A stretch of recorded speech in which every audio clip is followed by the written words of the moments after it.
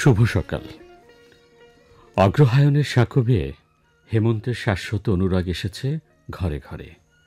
এভাবেই স্বপ্ন আসে পাকা ধানের আলোকিত ধমনী বেয়ে বাঙালির অধরে অধরে।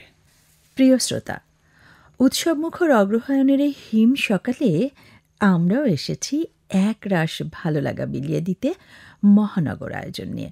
সবাইকে তাই শুভ সকাল জানিয়ে আমন্ত্রণ আজকের আয়োজনে।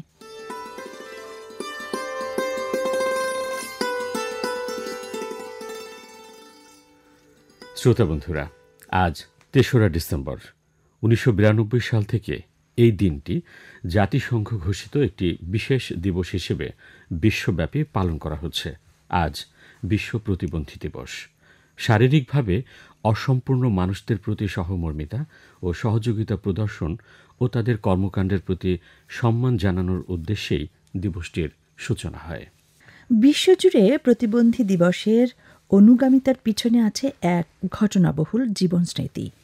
১৯৫৮ খ্রিস্টাব্দের মার্চ মাসে বেলজিয়ামে এক সাংঘাতিক খনি দুর্ঘটনায় বহু মানুষ মারা যান।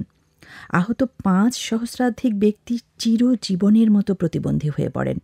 তাদের জীবন দুর্বিষহ হয়ে ওঠে। তাদের প্রতি সহমর্মিতায় ও পরহিতপরায়ণতায় বেশ কিছু সামাজিক সংস্থা চিকিৎসা ও পুনর্বাসনের কাজে স্বতঃস্ফূর্তভাবে এগিয়ে আসে। এর ঠিক পরের বছর জুরিখে বিশ্বের বহু সংগঠন সম্মিলিতভাবে আন্তর্দেশীয় স্তরে এক বিশাল সম্মেলন করেন। সেখান থেকেই প্রতিবন্ধিতা সম্পর্কে বিস্তারিত সব তথ্যের হদিস মেলে। সেখানে সর্বসম্মতভাবে প্রতিবন্ধী কল্যাণে বেশ কিছু প্রস্তাব ও কর্মসূচি গৃহীত হয়।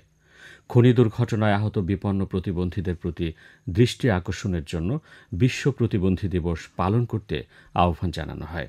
সেই থেকেই কালক্রমে সারা পৃথিবীর প্রতিবন্ধী মানুষদের প্রতি সহযোগিতার হাত বাড়ানোর দিন হয়ে উঠেছে আজকের এই দিনটি। প্রতিবন্ধিতার শিকার মানুষের সংখ্যা আগের তুলনায় অনেক বেড়েছে। এর পেছনে নানা প্রকার দুর্ঘটনা, জন্মগত ত্রুটিসহ আরও নানাবিধ কারণ আছে। এই সকল প্রতিবন্ধিতা রুখে দেওয়া সম্ভব নয়, কিন্তু কিছু পদক্ষেপ গ্রহণ ও সাবধানতা অবলম্বনের মাধ্যমে ঝুঁকি কমানো সম্ভব। এক্ষেত্রে প্রয়োজনীয় পদক্ষেপের মধ্যে অন্যতম হল প্যারেন্টিং এডুকেশন। এর মাধ্যমে মা বাবাকে শিশুর যত্নে যথাযথভাবে সচেতন ও শিক্ষিত করে তোলা সম্ভব এবং নানা প্রকার দুর্ঘটনা রোধে সচেতনতা বৃদ্ধি। সেই সাথে আমাদের সকলেরই মনে রাখা দরকার, প্রতিবন্ধী মানুষ কখনোই কারো বা সমাজের বোঝা নয়। শুধু তাদের অন্যদের তুলনায় কিছুটা বেশি যত্নের প্রয়োজন। তারা আমাদের সমাজের এক গুরুত্বপূর্ণ অংশ। তাদেরকে সকল প্রকার সহযোগিতার মাধ্যমে মূলধারার শিক্ষা বা সকল কাজেই যুক্ত করা সম্ভব তাদেরকে সামাজিকভাবে বিভিন্ন ধরনের বৈষম্য ও হয়রানির শিকার হওয়া থেকে বিরত রাখা। হ্যাঁ বন্ধুরা, আসুন সকলে বিশেষ এই মানুষের প্রতি সহমর্মী ও সহযোগী হই। এমনই শুভ আহ্বানে মহানগর আয়োজনে আরও একবার আমন্ত্রণ জানাচ্ছি।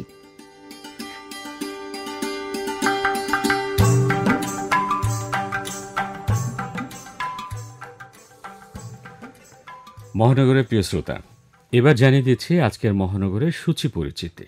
আজকের আয়োজনে এক এক করে আপনারা শুনতে পাবেন মহানগরের বিভিন্ন সাংস্কৃতিক অনুষ্ঠানের খবরাখবর নিয়ে পর্ব আজকে ঢাকা। এরপর থাকছে বৈষম্য বিরোধী আন্দোলনের উপর ভিত্তি করে আয়োজন জেগে ওঠা বাংলাদেশ পর্ব। হ্যাঁ বন্ধুরা, থাকছে ঢাকার ঐতিহাসিক এলাকার বিভিন্ন গলির পরিচিতি নিয়ে ৫২ বাজার ৫৩ গলি পর্ব। আরও থাকছে নারীর ক্ষমতায়ন নিয়ে প্রামাণ্য প্রতিবেদন স্বপ্নের আগামী পর্বে। বিভিন্ন পরিবহনের সময়সূচি নিয়ে শুভযাত্রা পর্ব। আর বন্ধুরা, শোনাবো গান।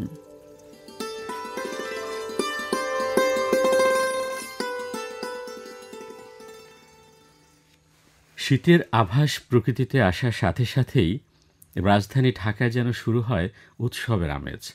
আর সে আমেজ লাগে আমাদের সংস্কৃতি পাড়াতেও। প্রতিদিনই চলছে সেখানে নানা আয়োজন।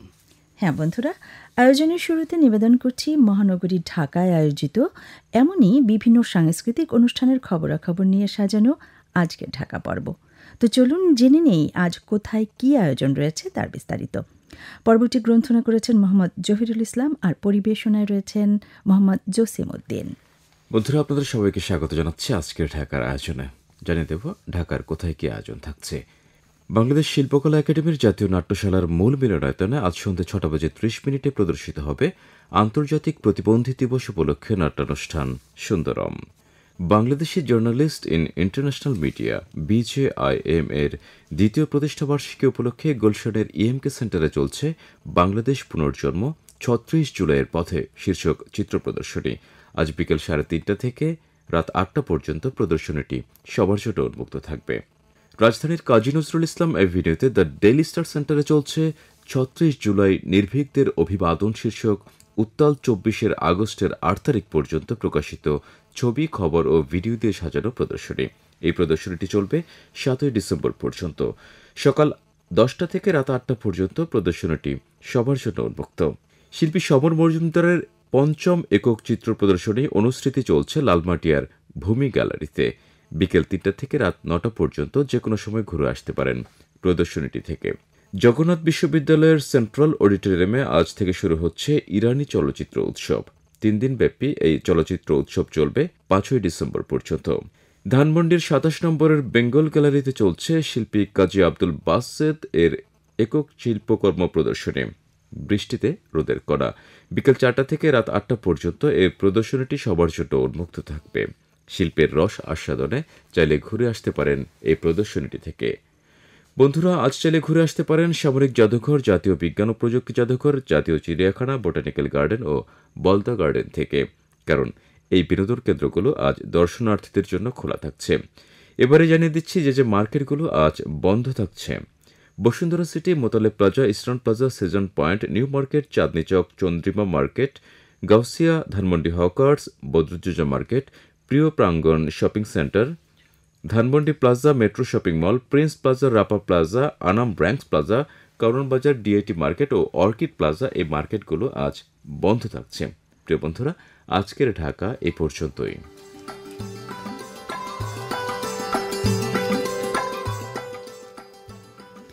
প্রিয় শ্রোতা, এই তো মাত্র কদিন আগে জুলাই আগস্টে এদেশের ছাত্র জনতা সোচ্চার হয়েছিল এ দেশকে এক বৈষম্যহীন রাষ্ট্রে পরিণত করার দাবিতে। তা থেকেই আন্দোলন, গোলাগুলি এবং নতুন অভ্যুদয়। নতুন একটি সময় সূচনা হয়েছে, কিন্তু সেই আন্দোলনে আহত ও শহীদদের পরিবার আজও সেই দুঃসহ স্মৃতিতে আবদ্ধ। আহতরা আজও যন্ত্রণায় কাতর। তাদের কথা এবং সে সময় নানা বিষয় নিয়ে এবারের পর্ব জেগে ওঠা বাংলাদেশ। পর্বটির গ্রন্থনায় ও সাক্ষাৎকার গ্রহণে মামুনুর রশিদ।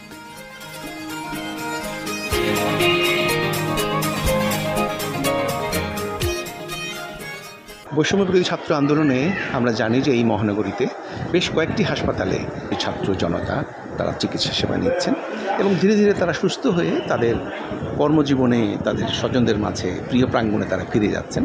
আমি যার সাথে কথা বলছি এই মুহূর্তে তার নামটা পরিচয় তার কাছ থেকে জানতে চাবো। আপনার নামটা পরিচয়টা বলেন। আমার নাম বাহারুদ্দিন। আমি ছাত্র আন্দোলনের গুলিবিদ্ধ হই 17 তারিখে। আমি এখন ভর্তি আছি। আমার একটা সার্জারি হয়েছে, আরেকটা সার্জারি হবে। আমার ভবিষ্যৎ নিয়ে আমি চিন্তিত।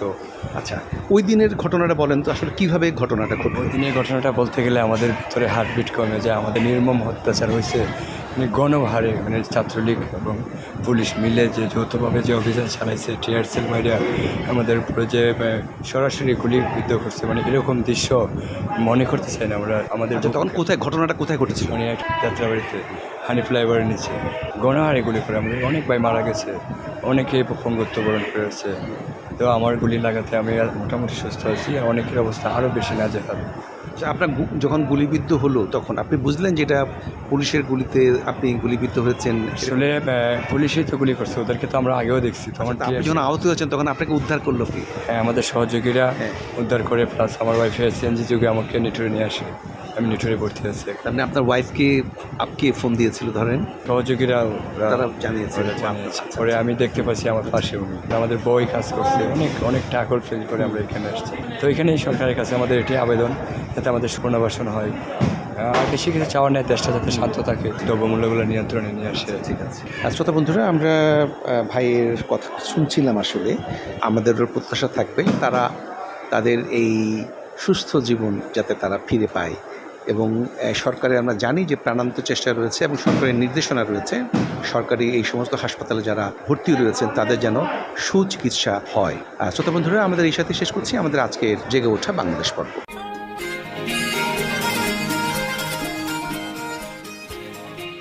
মহানগরের প্রিয় শ্রোতা, শুনছিলেন বৈষম্য বিরোধী আন্দোলনের সময়ের নানা বিষয় নিয়ে জেগে ওঠা বাংলাদেশ পর্ব। মহানগরের শ্রোতা বন্ধুরা, এই ঢাকা শহর শুধু বাংলাদেশের রাজধানী শহরই না, বরং এটি আমাদের বাংলাদেশের প্রাণকেন্দ্র। আর এই ঢাকা শহরে রয়েছে প্রায় 400 বছরের পুরনো ইতিহাস। সেই সাথে প্রাচীন এই ঢাকা রয়েছে হরেক রকম এলাকা, মহল্লা, অলিগলি, সাথে রয়েছে তাদের বাহারি সব নাম। হ্যাঁ বন্ধুরা, ঢাকার ঐতিহাসিক এমন সব এলাকার বিভিন্ন গলির পরিচিতি নিয়ে এবারে নিবেদন 52 বাজার 53 গলি পর্ব। এ পর্বের গ্রন্থনা উপস্থাপনায় মোহাম্মদ আশরাফুল ইসলাম। মনোয়ার খান বাজার। 52 বাজার 53 গলির শহর খ্যাত ঢাকা শহরের 52টি বাজারের মধ্যে একটি হলো মনোয়ার খান বাজার। বাংলাদেশ আমলে এই বাজারের নামটি প্রায় বিলুপ্তির পথে হলেও গত 70-এর দশকেও নামটি মুখে মুখে প্রচারিত ছিল এবং এখনকার সকল রেকর্ডপত্রে নামটির অস্তিত্ব বিদ্যমান ছিল। এই নামটির সাথে সংশ্লিষ্ট দেওয়ান মনোয়ার খান ছিলেন ঢাকার এবং সারা বাংলার শৌর্য, বীর্য ও ইতিহাসের এক উজ্জ্বল নায়ক। 12 ভূঁইয়া প্রধান ঈশা খান মসনদে আলার অধস্তন দেওয়ান মনোয়ার খানের স্মৃতিকে কেন্দ্র করেই ছিল বাজারটির নামকরণ। শহর ঢাকার অন্যতম স্থাপত্যিক রূপকার দেওয়ান মনোয়ার খান সম্পর্কে জানতে হলে আমাদের ফিরে তাকাতে হয় ইতিহাসের পাতায়। ঢাকা শহরের বর্তমান নবাবপুর এলাকার সিদ্দিক বাজার সংলগ্ন যে রাস্তাটির নামকরণ করা হয়েছে উসমান গনি রোড, সেটি ছিল মনোয়ার খান রোড। সিদ্দিক বাজার মসজিদ সংলগ্ন অংশে ছিল মনোয়ার খান বাজার নামে একটি বাজার। এই মনোয়ার খান ছিলেন 12 ভূঁইয়া প্রধান খ্যাত বাংলার স্বাধীনতা রক্ষার লড়াইয়ের বীর সেনানী ঈশা খান মসনদে আলার প্রপৌত্রের পুত্র। 1666 সনে শায়েস্তা খান যখন ঢাকা থেকে চট্টগ্রাম বিজয়ের অভিযান পরিচালনা করেন, তখন তার অভিযানের দ্বিতীয় সেনাপতি ছিলেন দেওয়ান মনোয়ার খান। বর্তমান ঢাকার সন্নিকটবর্তী কাঁচপুর ব্রিজের অপর পারে অবস্থিত দেওয়ানবাগ ছিল দেওয়ান মনোয়ার খানের বসতবাড়ি। তাঁর স্মৃতিকে ঘিরেই নামকরণ হয় মনোহর খান মৌজা ও দেওয়ানবাগ। এখানে তাঁর স্মৃতি ঘেরা বাড়ি, পুকুর, প্রাচীন মসজিদ আজও বিদ্যমান থেকে দেওয়ান মনোয়ার খানের কীর্তি ঘোষণা করছে।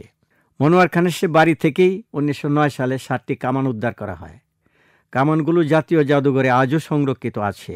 নারায়ণগঞ্জের নবীগঞ্জের কদম রসুল নির্মাণেও রয়েছে দেওয়ান মনোয়ার খানের অবদান। ঢাকার সিদ্দিক বাজারে শাহ সিদ্দিক ছিলেন দেওয়ান মনোয়ার খানের পীর। ঢাকা বিশ্ববিদ্যালয় এলাকায় অবস্থিত ঈশা খানের পুত্র মুসা খানের কবর ও মসজিদ পাকা করেছিলেন এই দেওয়ান মনোয়ার খান। ঢাকায় যখন দেওয়ান মনোয়ার খানের জয় জয়কার, সে সময় তিনি স্থাপন করেছিলেন একটি বাজার যা মনোয়ার খান বাজার নামে পরিচিত হয়। ব্রিটিশ আমলে বাগে মুসা খান এলাকায় কার্জন হল স্থাপন করে ঈশা খানের বংশের কবরস্থানটির যে ক্ষতি সাধন করা হয়, ঠিক তেমনই খর্ব করা হয় দেওয়ান মনোয়ার খানের নাম ও তার স্মৃতিকেও। সর্বশেষ পরিণতি হিসেবে ব্রিটিশ আমলের শেষ দিকে ঢাকা পৌরসভার একজন কমিশনার কিছু অর্থের বিনিময়ে তাঁর পিতা হাজি উসমান গনির নামে নাম পরিবর্তনের মধ্য দিয়ে মনোয়ার খানের নামের স্মৃতি বিলীন হয়ে গেল।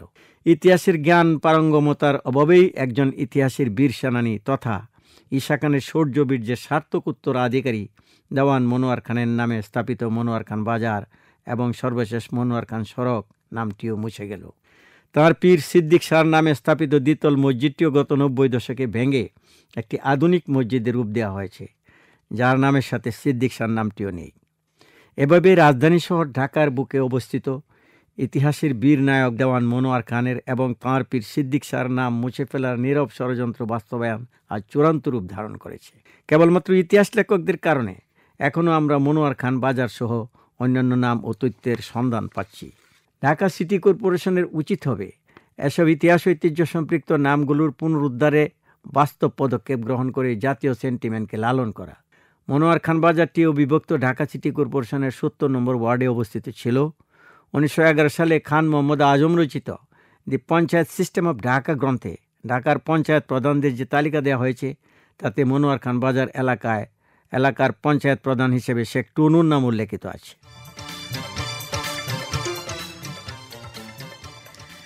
শ্রোতা বন্ধুরা, আজ আমাদের দেশের শিক্ষাক্ষেত্র থেকে শুরু করে সকল কর্মক্ষেত্রে পুরুষের পাশাপাশি নারীরাও সমানভাবে সফলতার সাথে কাজ করছে। আজকের এই দৃশ্য নিঃসন্দেহে নারীদের জন্য সামনে এগিয়ে যাবার আগামীর পথ আরও উন্মুক্ত ও প্রশস্ত করছে। আয়োজনের পর্যায়ে শোনাব এমনি এগিয়ে যাওয়া আগামীর পথ দেখানো নারীদের কথা। নারীর ক্ষমতায়নে প্রামাণ্য প্রতিবেদন স্বপ্নের আগামী পর্বে আজকের পর্বের সাক্ষাৎকার গ্রহণ করেছেন শাহনাজ পারভীন। শ্রোতা বন্ধুরা, সবার প্রতি অনেক অনেক প্রীতি এবং শুভেচ্ছা জানাচ্ছি আমাদের আজকের স্বপ্নের আগামী এই পর্ব থেকে। জীবনের প্রত্যেকটি সময় গোছানো হয় যদি আমরা নিজেরা গুছিয়ে চলতে পারি। যিনি হয়তো জন্মগতভাবেই সব কিছু গুছিয়ে রাখার একটি সামর্থ্য বা একটি অধিকার অর্জন করে, সেটা ঘরে কিংবা ঘরের বাইরে প্রত্যেকটি জায়গায়। বিশেষ করে বলতে চাইছি, এখনকার সময়ে নারীরা কেবলমাত্র যে গুটি কয়েক পেশাতেই নিজেদেরকে আবদ্ধ রেখেছে তা নয়, বরং যে কোনো ধরনের চ্যালেঞ্জিং পেশা কিংবা বলবো যে ব্যস্ত জীবনেও তারা নির্বিঘ্নে সংসারকে সামলে রেখেই কাজ করছে। বন্ধুরা, আজ আপনাদের সাথে আমরা এমন একজন নারীকে আমাদের এই পর্বে উপস্থাপন করতে চাই যিনি পেশায় একজন স্থপতি। চলুন তার সাথে কথা বলি। তো প্রথমে আপা, আপনার নাম এবং পরিচয় জানতে চাইছি। আমি মার্জিয়া রহমান, পেশায় একজন স্থপতি। আমি একটি বেসরকারি প্রতিষ্ঠানে এখন ডিজাইন হেড হিসেবে কর্মরত আছি। Ahsanullah university of science and technology, এখানে আমি আমার ব্যাচেলর করেছি। করার পরে আমি মাস্টার্স করেছি জাহাঙ্গীরনগর ইউনিভার্সিটিতে এনভায়রনমেন্ট সায়েন্স অ্যান্ড ম্যানেজমেন্টে। একজন কর্মজীবী নারী এবং অবশ্যই সংসারও সামলাতে হচ্ছে, এই পরিস্থিতিটা একটু জানতে চাইছি যে আসলে কোন জায়গাগুলোর প্রতি আপনি ডেডিকেটেড হচ্ছেন বা আপনাকে হাইলাইট করতে হচ্ছে। প্রফেশনটা আসলে আমাদের এরকম যে ডেডিকেশন ছাড়া এখানে সাস্টেইন করাটা খুব ডিফিকাল্ট বলবো আমি। তো সেক্ষেত্রে আমি বিয়ে করেছি, আমার ম্যারিড লাইফ অলমোস্ট 4 ইয়ার্স, কিন্তু তার আগে তো আমি বাসাতেই ছিলাম। তো আমার ফ্যামিলি সাপোর্টটা আমি আসলে বলবো আমি স্টুডেন্ট লাইফেও যেমন পেয়েছি, দেখা গেছে যে আমার সাথে সাথে আমার মা, আমার বোন আছে আমার বাসায়, আমার মা, বাবা এবং বোন, এই 4 জন মিলে আর কি আমাদের এই ছোট পরিবার। তো সেখান থেকে আমি খুব ভালো সাপোর্ট পেয়েছি, যে কারণে আজকে আসলে আমার খুব সাকসেসফুলি আমি কমপ্লিট করেছি আমার পড়াশোনা, তারপর আমি জব করেছি। এবং তো সেক্ষেত্রে আমার অফিস থেকেও আমি যেমন সাপোর্ট পেয়েছি, বাসা থেকেও পেয়েছি, এবং আলহামদুলিল্লাহ আমি এখন ম্যারিড। নারী পুরুষ এখন সমান এবং আসলে নির্দিষ্ট কোনো সাবজেক্ট নাই, নির্দিষ্ট কোনো প্রফেশন নাই, প্রত্যেকটা জায়গায় মেয়েরা কাজ করছে ছেলেদের পাশাপাশি। এই যে উঠে আসার গল্প, সেই উঠে আসার গল্পে আপনার কাছে কি মনে হয় যে আমাদের নারী সমাজে বিশেষ করে নারীর ক্ষমতায়নটা কতটুকু হয়েছে, বা কোনো জায়গায় কি আপনি এটার কোনো কমতি পাচ্ছেন, সেখান থেকে তারা কিভাবে ওভারকাম হবে? আমি যদি আমার এক্সপিরিয়েন্স শেয়ার করি, সেক্ষেত্রে আমি যেটা বলবো যে আমি খুবই ভাগ্যবতী, কারণ হচ্ছে আমি যাদের সাথে কাজ করে এসেছি তারা সবাই খুবই হেল্পফুল ছিলেন এবং তারা সবাই আমাকে হেল্প করেছে গ্রো করতে। যে আমি যে একটা প্রফেশনে কাজ করছি, যে আমার শুরু থেকে শেষ পর্যন্ত প্রতিটা জিনিস কেমন হবে, প্রেজেন্টেশনটা কিভাবে হবে, বা আমার এটা ডিজাইন স্টার্ট করতে হবে কিভাবে। তো সেক্ষেত্রে আমি শুরু যখন করি তখনও আমার যে টিম হেড ছিলেন বা আমার টিমের যে মেইন ছিলেন, লিড ছিলেন, সেও একজন মেল ছিলেন। ইভেন এখন আমি যার সাথে কাজ করছি সেও একজন মেল, কিন্তু তারা আমাদেরকে যে পরিমাণ এনকারেজ করে এবং যেভাবে করে আমাদেরকে হেল্প করছে গ্রো করার জন্য, সেক্ষেত্রে আমি বলবো যে ফিমেল এম্পাওয়ারমেন্টে তাদের অবদানটাও অনেক বেশি। তারা খুব আমাদেরকে অ্যাপ্রিসিয়েট করেন এবং ভালো কাজ অ্যাপ্রিসিয়েট করলে যেটা হয় যে কাজটা আরও বেশি ভালো হয়। সো সেই দিক থেকে আমি আমার ক্ষেত্রে বলবো জিনিসটা অনেক বেশি আমি লাকি। এবং আমি যদি আমার আশেপাশের আমার ফ্রেন্ড বলেন বা আমার জুনিয়র সিনিয়র যারা আছেন, মোটামুটি সবাই এখন অনেকটাই ভালো অবস্থানে থেকে কাজ করছেন, কারণ তাদের পরিবেশটা আগের মতো নেই, সেই জিনিসগুলো চেঞ্জ হচ্ছে, মানুষের দৃষ্টিভঙ্গি চেঞ্জ হচ্ছে। তো এই কারণে আমি আশাবাদী যে ফিমেল এম্পাওয়ারমেন্টের ক্ষেত্রে আমাদের সামনের দিকে এই ব্যাপারগুলো আরও অ্যাডভান্স হবে। বাহ, সুন্দর। আর ভালো লাগছে যে এই যে উঠে আসার গল্প। তো সেক্ষেত্রে সারা মাস হয়তো বা ব্যস্ত থাকা হয়, আমরা যারা মেয়েরা ওয়ার্কিং লেডি বাইরে কাজ করি, ঘর সামলাই, তো সারা মাসের পরে যে প্রাপ্তিটা হয়, আমরা মনে করি যে আমরা আর্থিকভাবে নিজেরা একটু নিজের মতো করে খরচ করতে পারি, সেই অনুভূতিটা কেমন লাগে? সেই অনুভূতিটা আসলে সত্যি খুব সুন্দর, কারণ দেখা যায় যে আমার হয়তো বা কোনো কিছু একটা করতে হবে বা আমি কোথাও বেড়াতে যাব, সেক্ষেত্রে দেখা যায় যে আমার আসলে কারোর প্রতি ডিপেন্ডেন্ট হতে হচ্ছে না, আমার নিজের যে জিনিসটা পছন্দ সেটা আমি করতে পারছি। সো এই জিনিসটার যে তৃপ্তিটা, এটা অবশ্যই খুব সুন্দর। তো এই যে একজন আর্কিটেক্ট, যখন আপনি কোনো ভালো ডিজাইন করছেন, কাউকে সন্তুষ্ট করছেন সারা জীবনের। কিছু ক্ষেত্রে তো আবার উল্টোটাও হয়ে যায়। আসলে এইগুলো ম্যানেজ করা হয় কিভাবে প্রফেশনাল লাইফে? এখন যেরকম হয় যে দেখা যায় যে আমার ম্যাক্সিমাম জিনিসগুলোই খুব সুন্দর হচ্ছে ক্লায়েন্ট ডিমান্ড অনুযায়ী, প্লাস হচ্ছে গিয়ে নিজেদের ক্রিয়েটিভিটি কাজে লাগিয়ে যখন জিনিসটা কমপ্লিট হয়ে যাচ্ছে, আমার একটা ডিজাইন এক্সিকিউট হচ্ছে এবং আমি মানে ফিজিক্যালি পুরো জিনিসটাকে ফিল করতে পারছি, আমি দেখতে পারছি নিজের চোখের সামনে, সেইটার অনুভূতিটা অন্যরকম। এটা আসলে মানে বলে বোঝানোর মতন না।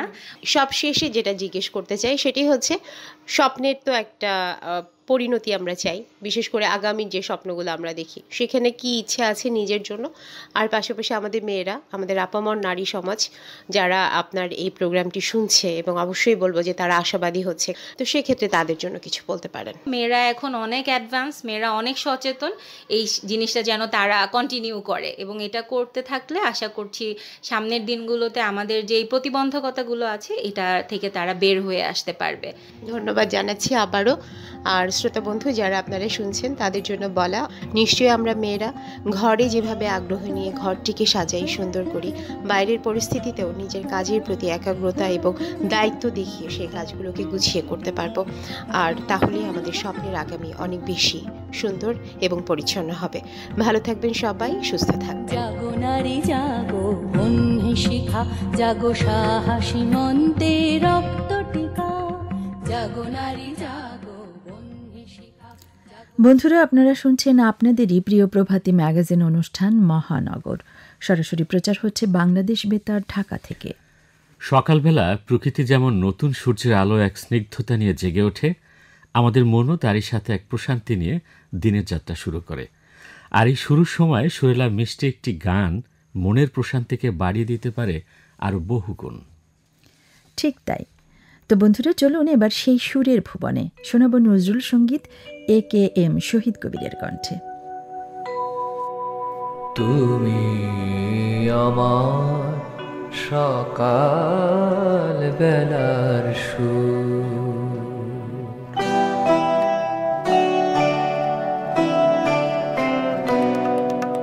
তুমি আমার সকাল বেলার হৃদয় অলস উদাস করা অশ্রু ভরা তুমি আমার সকাল বেলার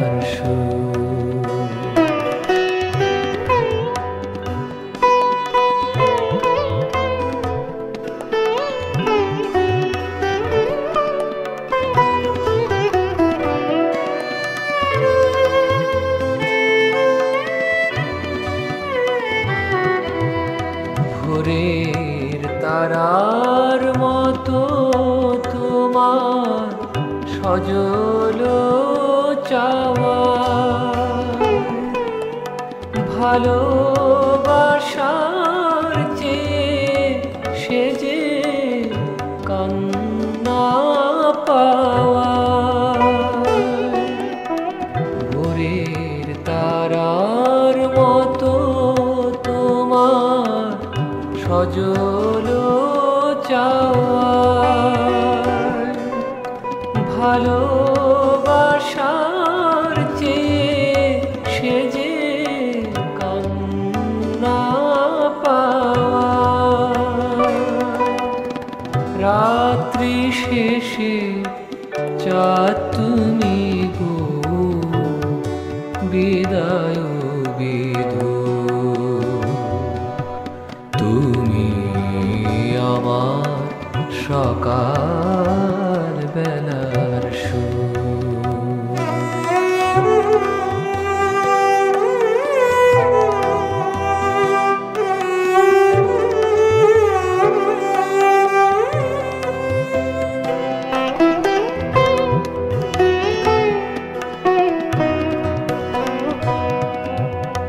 তুমি আমার ভোরের ঝরা ফুল, শিশির নাওয়া শুভ্র সূচি, পূজারিনীর তুল,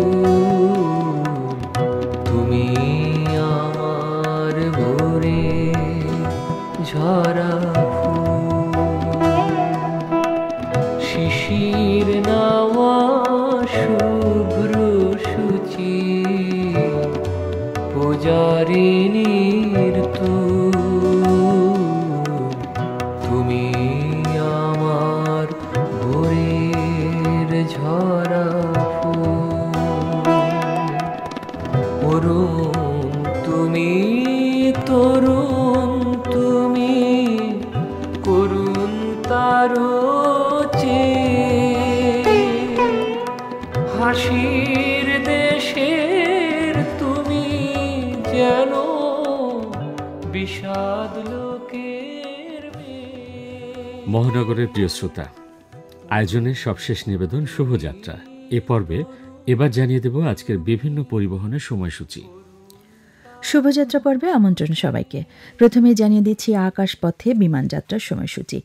ঢাকা থেকে চট্টগ্রামের উদ্দেশ্যে আজকে বিমান বাংলাদেশ এয়ারলাইন্সের ফ্লাইট ছেড়ে যাবে যথাক্রমে সকাল 9টায়, 10টায়, দুপুর 12:30টায়, বেলা 3:15, বিকেল 4টায়, 4:45, সন্ধ্যে 7:45 এবং রাত 8টায়। ঢাকা থেকে কক্সবাজারের উদ্দেশ্যে বিমান বাংলাদেশ এয়ারলাইন্সের ফ্লাইট ছেড়ে যাবে বেলা 2:15। ঢাকা থেকে সিলেটের উদ্দেশ্যে বিমান বাংলাদেশের ফ্লাইট ছেড়ে যাবে বেলা 11টায়, দুপুর 12:20, বেলা 1টায় ও বিকেল 4:45। ঢাকা থেকে রাজশাহীর ফ্লাইট যাবে সকাল 10:10, বেলা 3:30 এবং ঢাকা থেকে বরিশাল যাবে সকাল 9:30। এবার জানিয়ে দিচ্ছি সদরঘাট থেকে লঞ্চ টার্মিনাল থেকে চাঁদপুর, বরগুনা, বরিশাল সহ বিভিন্ন রুটে লঞ্চ ছাড়বে নিয়মিত বিরতিতে সকাল থেকে সন্ধ্যা পর্যন্ত এবং গাবতলী বাস টার্মিনাল থেকেও নিয়মিত বিরতিতে বিভিন্ন রুটের জন্য বাস চলাচল করবে। তো বন্ধুরা, জানিয়ে দিলাম কিছু পরিবহনের সময়সূচি। আপনাদের সকলের যাত্রা শুভ হোক, নিরাপদ হোক। প্রিয় শ্রোতা, এক এক করে শেষ হলো আজকের সকল পরিবেশনা। বিদায়ের ঘণ্টা বাজছে, তবে শেষ কথায় যাবার আগে বলতে চাই, বিশ্বজুড়ে সবচেয়ে বিরক্তিকর কাজগুলোর একটি হিসেব বিবেচনা করা হয় জনসম্মুখে থুতু ফেলাকে। একই সাথে এই অভ্যাসটি স্বাস্থ্যের জন্য একটি মারাত্মক ঝুঁকি। শ্রোতা বন্ধুরা, আসুন আমরা সকলে পরিবেশ ও নিজেদের সুস্থতার কথা বিবেচনা করে যেখানে সেখানে থুতু বা কপ ফেলা থেকে বিরত থাকি।